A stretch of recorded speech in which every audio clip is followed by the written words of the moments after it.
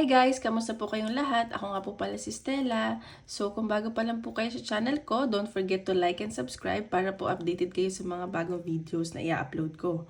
And so ngayon, gagawa po tayo ng general love reading. Titingnan natin kung anong lalabas, okay? Okay, so now simulan na natin. Ano makikita natin sa general love reading? So guys, paalala lang po, hindi po lahat ay makaka-resonate, okay? Take what resonates and leave what doesn't. Salamat po. So, tingnan natin. General love reading.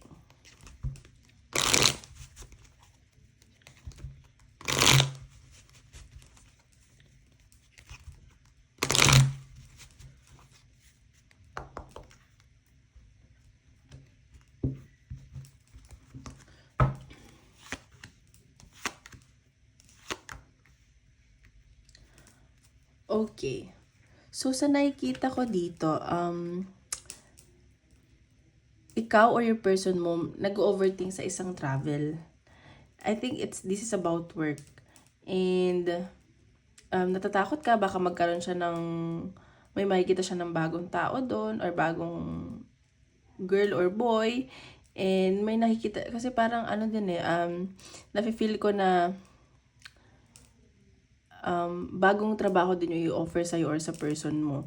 So, isa sa inyo nag-overthink kung ano yung tatanggapin nyo, ganun yung nakikita kong energy. And, sa iba naman, may nakikita ako na bagong paparating sa'yo at makikilala mo siya sa trabaho. Okay? So, mabait tong makikilala mo, ganyan. So, ngayon, parang hindi okay yung energy mo, nag-overthink ka, broken-hearted ka, parang hindi mo lang gagawin sa love life mo. Pero may nakita ako bagong paparating sa'yo. So, tingnan natin. Energy ng person mo. Wait lang. Move natin to. Okay. Energy ng person. Energy ng person. Isipin mo yung person mo para makuha natin yung energy ng person mo. Oops.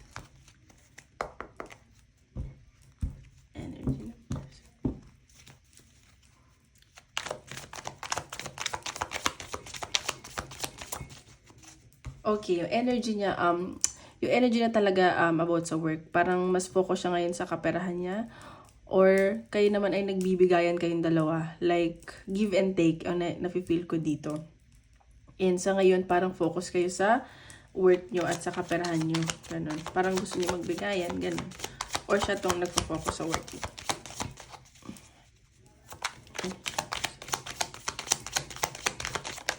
Oops. See? Oh, so ayan, focus yung person mo sa stability mo.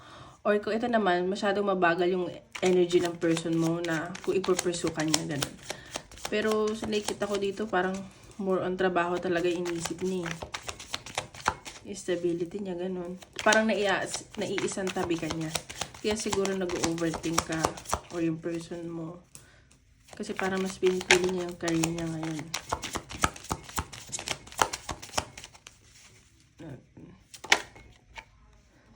Sabi ko sa inyo, ayan.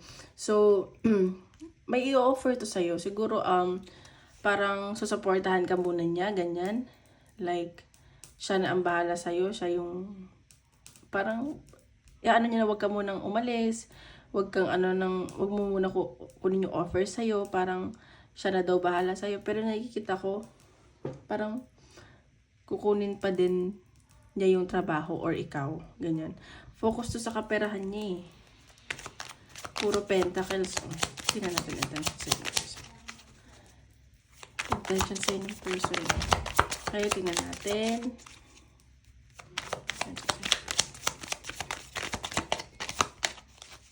Lala. Oops. So, ayan. So, pinagdadasal ka naman ito eh. Pero parang sa ngayon gusto niya mapag-isa muna. And, parang nag-iisip-isip siya, ano ba talaga yung gagawin niya, ganyan.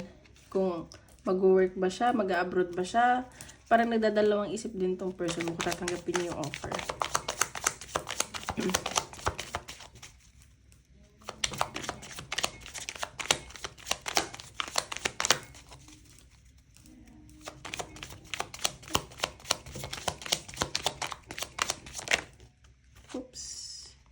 Dalawa yung lumabas. Ayan. So, ayan, nahihirapan din tong person mo na to. Like, di rin siya makapag-decide eh. Sabi ko sa inyo, isa sa inyo broken-hearted, parang down. Kasi, pipiliin ka ba niya o yung career niya? Nahihirapan dito. Baka pagod sa trabaho. Parang alam mo yun, sobrang workaholic.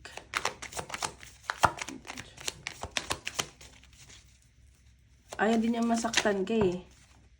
See? Nag-aano siya, gusto muna niya mapag-isa. Parang gusto mo niya makapag-isip. Parang ayaw muna niya ng kausap. Iniisip niya talaga yung future niya. Future niyong dalawa. Ganyan nakikita ko. And nahihirapan to. Sobra itong nag-overthink. Parang yung energy niya ganun. Yan natin yan. Ang pwede niyang gawin. Pwede niya gawin sa connection niyo. See? Ayan o. Parang ano siya dito eh. Nagme-meditate lagi la. Parang, Universe, Lord, bigyan niyo naman po ako ng sign. Ano bang dapat kong gawin? Kasi nahihirapan siya. Kasi gusto rin naman niya na piliin yung connection niya. Parang, pero, syempre, sa panahon ngayon, importante din pera. Nahihirapan din to. Pag, parang, sinasabi niya, Lord, enlighten me, or Universe, enlighten me. Tingnan natin.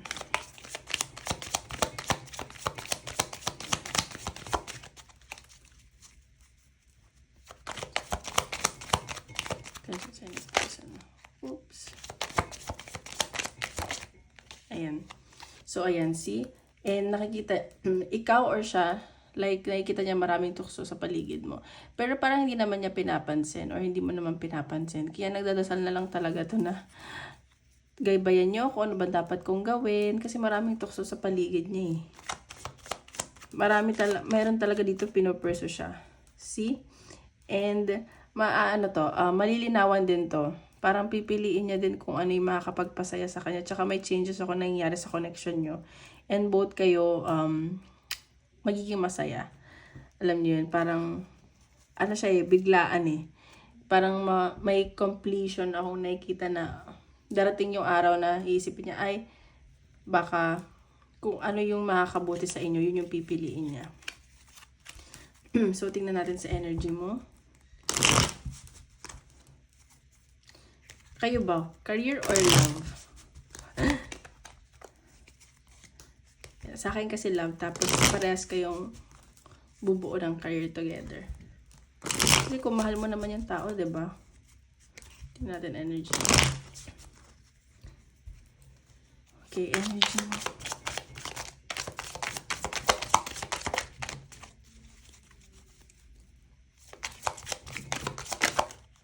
Oops. See, ikaw din. So, parang feeling ko may interview ka din eh. May pinag-iisipan ka dito. May offer na paparating sa'yo. Pero pag-iisipan mo. So, parang parehas kayo work. Dami. Work ang iniisip. Ganun. Parang mas inuuna nyo yung... Sorry. So, see, ito kasi, Ten of Swords in reverse. So, parang, kung ikaw nasaktan ka sa ending, parang ayun, nasa healing process ka na. Ganon yung nangyari. So, kung may nag-end sa inyo, kung mas pinili niya yung work, mas nagiging okay ka na. And mas magiging klaro yung pag-iisip mo dito. Hindi ka na maguguluhan, yung ang daming parang gumugulo sa isip mo, parang hindi na. Si Ten of Wands. Kasi masyado kang nabibigatan sa mga nangyari.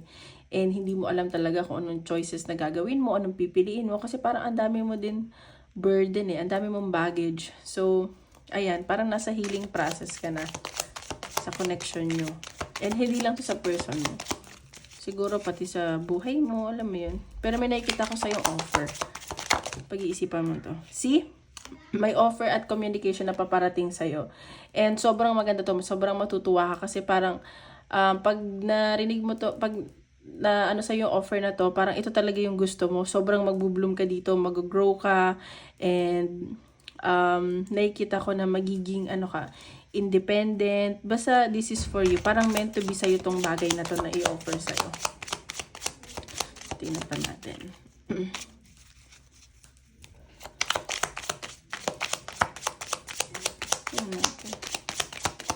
baka oops. Ayan. So, ikaw, parehas ka na energy. Parehas siya, gusto mo pag-isa. Pero iniisip-isip mo din to eh. Parang siya talaga yung mahal mo. And iisipin mo kung, ano ba, work ba o siya? Or parehas kayong, alam mo yung gusto nyo muna mapag-isa para malinawan kayo ano ang gagawin sa connection. Para malinawan kayo parehas kung ano gagawin sa connection nyo. Ganun. Parang nag-iisip-isip ka din dito. See? Ayan. So, magsha-shine ka dito eh. Parang marirealize ng person mo na yung pinakawalan niya, yung hindi niya pinili is yung pala yung taong pinaka-importante sa kanya at pinakamahalaga. And siguro, sabi ko nga, nasa healing process ka na at parang tinanggap mo na yung ending sa inyo. So, parang this time, mamahalin mo yung sarili mo. At kasi ganun tayo eh. Kapag minahal natin yung sarili natin, pag pinili natin yung sarili natin, mas doon tayo nag-bloom. Diba nasa huli ang pagsisisi? Baka magsisi siya, ganun. Kasi sa pag-meditate mo, doon ka matatauhan, ganun. Iba natin. Intense. See? May choices kang gagawin dito. And feeling ko baka mag-work ka abroad or near the sea. Like near the waters, baka sa cruise ship or what, ganyan. Hindi naman sa magdadalawang isip ka, pero may choices na papaling. Parang dalawang choices yung i-pursue mo. Pero syempre, mas iisipin mo kung saan ka yung mag-grow, saan ka, like, masaya. But feeling ko sa near water. Queen of Cups. See? So, ngayon gagamitin mo ulo mo kaysa puso mo. So, parang sasabihin mo sa kanya na, magiging practical ka muna dito kasi parang nakita ko naging emotional ka noon pero ngayon hindi ka na magiging emotional, parang mas iisipin mo na yung sarili mo kaysa sa kanya, ganyan. Mahirap pero kakayanin mo naman, ang dami mo na sigurong pinagdaanan sa life. Yun yung sasabihin.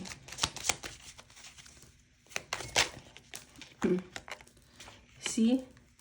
Sobrang mahal mo naman yung person mo eh. Sobrang nararamdaman mo sa kanya. And nakikita ko dito na yung intention mo sa kanya is good naman. And yung nararamdaman mo is pure and genuine. Pero marami talagang offer sa'yo. Mag-ingat ka lang kasi siguraduhin mo na hindi ka na mabebetray, ganyan. Just think of yourself. Ganun yung nakikita ko. So, magiging emotional ka sa offer ng mga paparating sa'yo. And feeling ko, isa-set aside mo muna tong person mo for now. Pero it doesn't mean na hindi mo na siya mahal. Grabe yung emotions mo dito sa taong to. Okay, so tignan natin ano yung possible na gusto niya sabihin sa'yo. Kung may communication man kayo o wala. Like hidden na gusto niya sabihin sa'yo.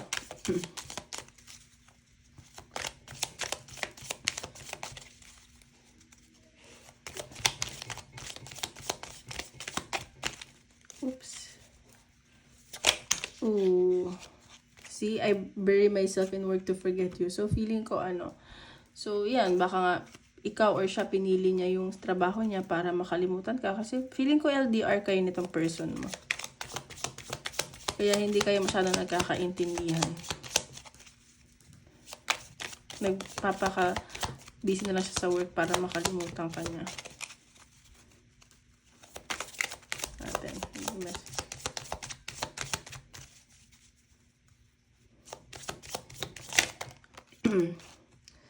Natatakot siyang makipag-communicate sa'yo kasi baka mamaya mag-away lang kayo, yun yung nasa-sense ko. Ikaw kaya gumawa ng person move. Char lang. Ma-pride ata tong person mo eh. See, I feel you even though we're apart. So, ayan, namimiss ka niyan. And grabe yung connection nyo. Passionate tsaka deeply connected kayong dalawa. So, tignan natin. Advice sa'yo ng universe. Advice sa'yo ng universe. Advice sa'yo ng universe. Unplug and relax for a spell. So, ayan. Feeling ko, sinasabi dito, mag-relax ka muna if ever naguguluhan ka. And mag-meditate ka muna kung kailangan nyo mag-salt bath. If nagsusalt bath kayo, kasi minsan ginagawa ko pagka-cleansing, pag sobra na yung pinagdadaanan ko, negative energy, nagsusalt bath ako, tapos nag-i-incense or nagpe-pray ako, ganyan, may mga crystals ako. So, baka ganun yung kailangan yung gawin. See?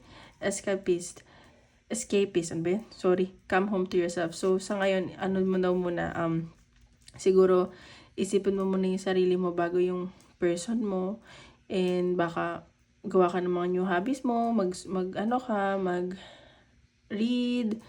and mag-journal ka, alam mo yun, kasi minsan, parang sa panahon ngayon, kailangan mo talaga na na, yung may mga hobbies kang iba, kasi 'di ba sobrang dami nangyayari sa mundo. So, ayan. Baka yun ang kailangan. Yan pa natin advice sa'yo.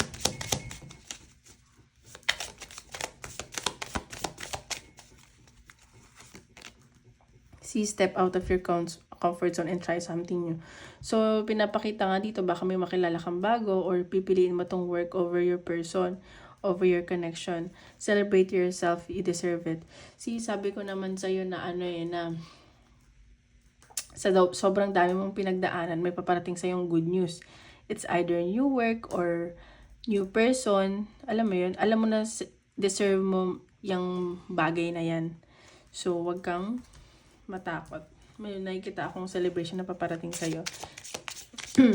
Kailangan mo nang mag-grow. Ang nafe-feel ko dito. Siguro, masyado kang naging kampante sa person mo. So, ayan. Basta wag ka lang maniniwala agad kung magta-travel ka man abroad.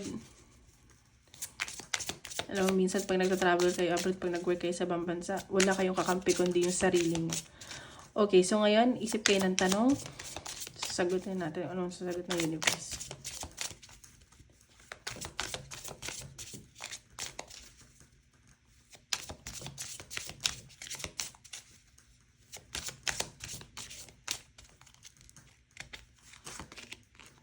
See?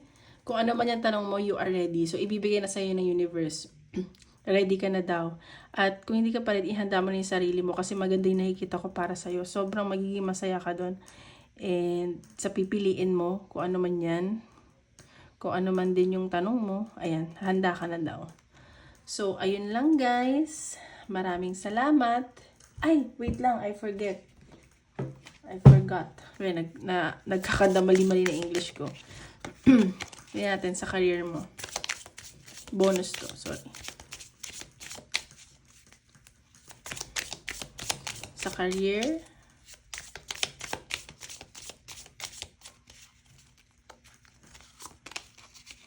narrow pathway, tread thoughtfully. See? So, pag-isipan mo na mabuti yung offer na paparating sa'yo, kung yan pa talaga yung gusto mo. And maging handa ka kasi may nakikita akong transformation sa'yo. And a fresh new ways of living emerges. So, pinapakita dito, yung paparating sa'yo is, doon nga, mag-grow ka and mas magiging mature ka, pero magiging masaya ka naman. Okay? So, maging ka lang, be humble ka lang daw. Kasi may nakikita akong travel sa'yo, traveling lightly, simplify your life. So, ayan, baka pag mag-travel ka, masyado kang maraming bit-bit. So, ayan, and ka lang, chill ka lang, mag-pray ka lang, mag-meditate ka, and feeling ko naman ready ka na to go. Sometimes, pag when you go out of your comfort zone, mahirap, masakit, pero it's for your own good, it's for your own growth. Alam mo yun? Tingnan pa natin. Sa career.